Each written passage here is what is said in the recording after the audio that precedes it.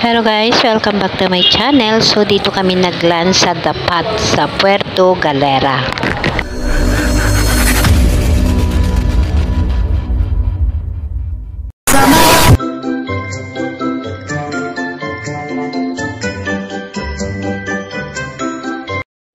So ito yung aming in-order, yung garlic parmesan chicken, may sisig and then bolalo.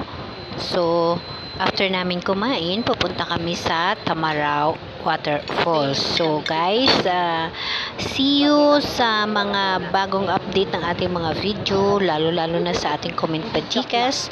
So abangan dahil malapit na magiging maayos yung ating comment pachikas. So guys, kain muna kami. And then, magpunta kami sa Tamarao Water. Tingnan natin yung Tamarao Waterfalls kung ano kaganda. Yun dahil first time ko rin dito sa Puerto Galera. So, titingnan natin yung mga dapat natin na makikita. Okay guys, bye-bye. See you on my next video. Ilagay ko lang yung gulay. Tapos i-strip mo lang doon sa kanila. Kasi yung bata. Sa kanila lang, kahit wag na dito sa akin. Pati dahon may ilagay ko eh. Ay na, ano?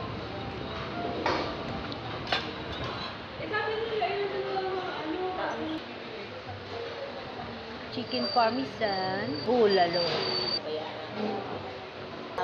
So ito yung aming lunch today bago kami pumunta sa Tamarao